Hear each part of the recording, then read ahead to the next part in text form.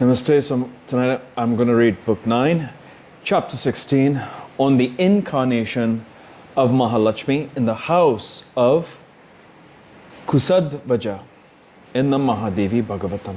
Om Vakratuna Mahakaya Koti Suris.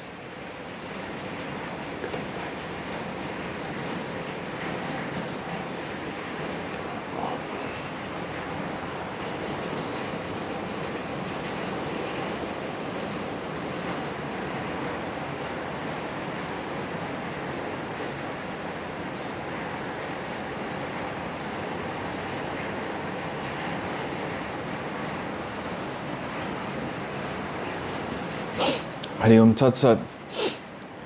Sri Narayana said, O Muni, Dharmadvaja and Kusadvaja practice severe tapasya and worshipped Lakshmi. They then got separately their desired boons. By the boon of Mahalakshmi, they became again the rulers of the earth. They acquired great religious merits, and they also had their children. The wife of Kusadvaja was named Malavati. After a long time, the chaste wife delivered one daughter born of the parts of Kamala. The daughter, on being born, became full of wisdom. On being born, the baby began to sing clearly the Vedic mantras from the lying-in chamber. Therefore, she was named Vedavati by the Pandits. She bathed after her birth and became ready to go to the forest to practice severe tapas. Everyone then tried earnestly to dissuade her, devoted to Narayana, from the enterprise, but she did not listen to anybody. She went to Puskara and practiced hard tapasya for one manvantara. Yet her body did not get lean on a bit. Rather, she grew more plumpy and fatter. By degrees, her youth began to show signs in her body. One day she heard an incorporeal voice from the air above. O fair one, in your next birth, Srihari, adored by Brahma and other gods, will be your husband. Hearing this, her joy knew no bounds. She went to the solitary caves in the Gandhamadhan mountain to practice tapas again. When a long time passed away in this tapasya, one day the irresistible Ravana came there as guest. No sooner Vedavati saw the guest than she gave him, out of devotion to the guest, water to wash feet, delicious fruit, and cool water for his drink. The villain accepted the hospitality and sitting there began to ask, O auspicious one, who are you? Seeing the fair smiling lady with beautiful teeth, her face blooming like the autumnal lotus, of heavy loins and of full breasts, that villain became passionate. He lost entirely all consciousness and became ready to make violence on her. Seeing this, the chaste Vedavati became angry and out of her tapas influence astounded him and made him insensible to move. He remained motionless like an inanimate body. He could not move his hands nor feet, nor could he speak. That wicked fellow then mentally recited praises to her, and the praise of the higher Shakti can never go futile. She became pleased and granted him religious merits in the next world. But she also pronounced this curse, that when you have touched my body out of passion, then you will be ruined with your whole family for my sake. Now see my power. O Narada, thus saying to Ravana, Vedavati left her body by her yogic power.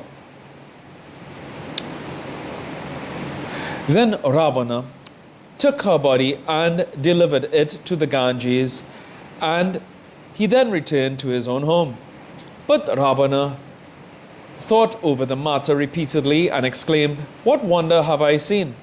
Oh, what a miracle this lady has wrought." Ravana thus lamented. This Vedavati of pure character took her birth afterwards as Sita, the daughter of Janaka. For the sake of this Sita, Ravana was ruined with his whole family. By the religious merits of her previous birth, the ascetic lady got Bhagavan Hari, Sri Ramachandra, the fullest of the full, for her husband, and remained for a long time in great enjoyment with the Lord of the world, a thing very difficult to be attained. Though she was a Jatismara, one who knows all about her past lives, she did not feel any pain due to her practicing severe austerities in her previous birth. For when the pains end in success, the pains are not then felt at all. Sita, in her fresh youth, enjoyed various pleasures in the company of her husband, handsome, peaceful, humorous, and witty, the chief of the Devas, loved by the female sex, well qualified, and just what she desired. What the all-powerful time is irresistible. The truthful Ramachandra, the scion of the Raghu's family, had to keep up the promise made by his father, and so he had to go to the forest ordained by time. He remained with Sita and Lakshmana near the sea. Once the god fire appeared to him in the form of a Brahmana. Fire in a Brahmin form saw Ramachandra morose and became himself mortified. Then the truthful fire addressed the truthful Ramachandra. "O Bhagavan Ramachandra, I now speak to you how time is now coming to you. Now has come the time when your Sita will be stolen. The course of destiny is irresistible. None else is more powerful than time, fate. So give over your Sita, the world mother, to me, and keep with you this Chaya Sita, the shadow Sita, the false Sita. When the time of Sita's ordeal by fire will take place, I will give her back to you. The Devas united have sent me to you. I am not really a Brahmin, but I am Agni Deva, eater of oblations." Ramachandra heard fire and gave his assent, but his heart shattered. He did not speak of this to Lakshmana. By the yogic power, Agni fire created a Maya Sita. This Maya Sita, O Narada, was perfectly equal to the real Sita. Fire then handed this Maya Sita to the hands of Ramachandra. Hutasana, fire, took the real Sita and said, "Never divulge this to any other body," and went away. What to speak of divulging the secret to any other body? Lakshmana even could not know it. By this time, Rama saw one deer made of all gold. To bring that deer carefully to her, Sita sent Ramachandra with great eagerness. Putting Sita under Lakshmana's care in that forest, Rama went himself immediately and pierced the deer by one arrow. That Maya mirage, that Maya Mriga, the deer created by magic power, on being pierced, cried out, "Ha! Lakshmana!" And seeing Hari before him, and remembering the name of Hari, quitted his life. The deer body then vanquished, and a divine body made its appearance in its stead. This new body, mounting on an aerial car made of jewels, ascended to Vaikunta. That magic deer was, in its previous birth, a servant of the two gatekeepers of Vaikunta. But for the sake of some emergency, he had to take up this Rakshasa birth. He again became the servant of two doorkeepers of Vaikunta. On the other hand, Sita Devi, hearing the cry, "Ha Lakshmana," became very distressed and sent Lakshmana in search of Rama. No sooner did Lakshmana get out of the hermitage, the irresistible Ravana took away Sita gladly to the city of Lanka, Ceylon.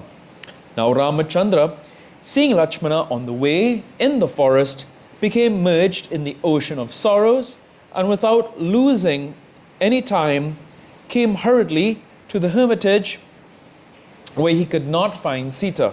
Instantly, he fell unconscious on the ground, and after a long time, when he regained his consciousness, he lamented and wandered here and there in search of her. After some days, on the banks of the river Godavari, getting the information of Sita, he built a bridge across the ocean with the help of his monkey armies. Then he entered with his army into Lanka and slew Ravana with arrows with all his friends.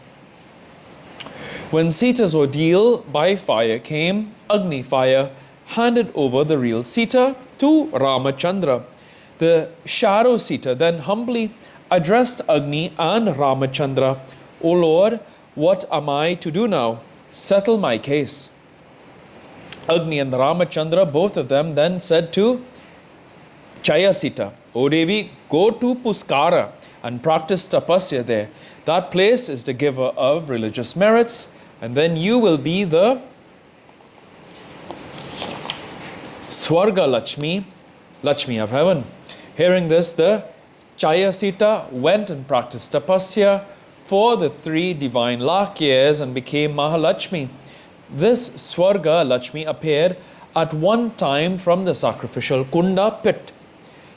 She was known as the daughter of Draupada and became the wife of the 5 Pandavas. She was Vedavati, the daughter of Kusadvaja in the Satya Yoga, Sita, the wife of Rama, and the daughter of Janaka in Treta Yoga, and Draupadi, the daughter of Draupada, in the Dwapara Yoga, as she existed in the Satya, Treta, and Dwapara Yogas, the 3 yogas. Hence, she is Trihayani.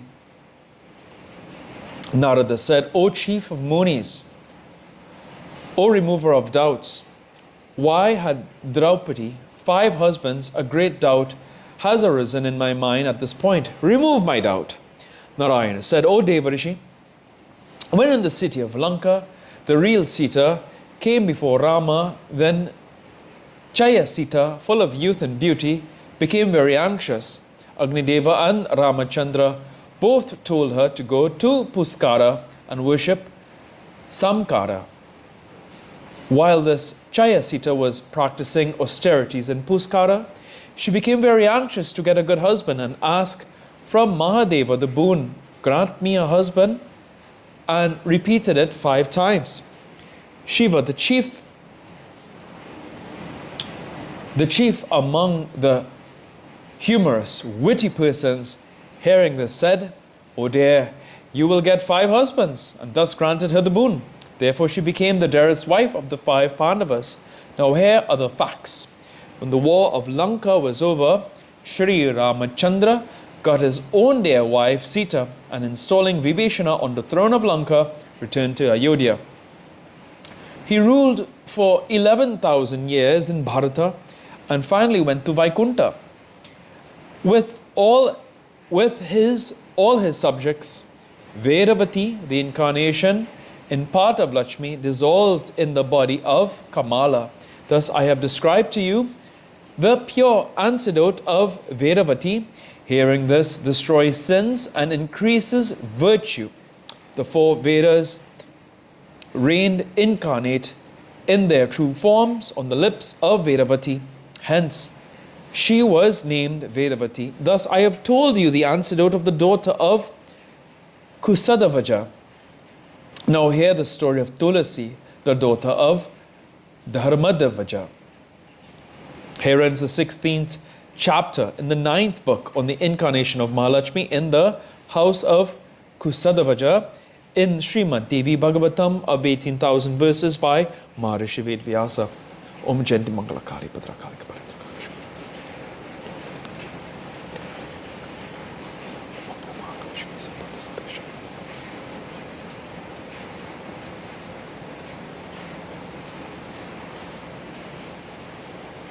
Om Tuya Mata, Chapita Tumeva, Tuya Bandusha Chisakatu.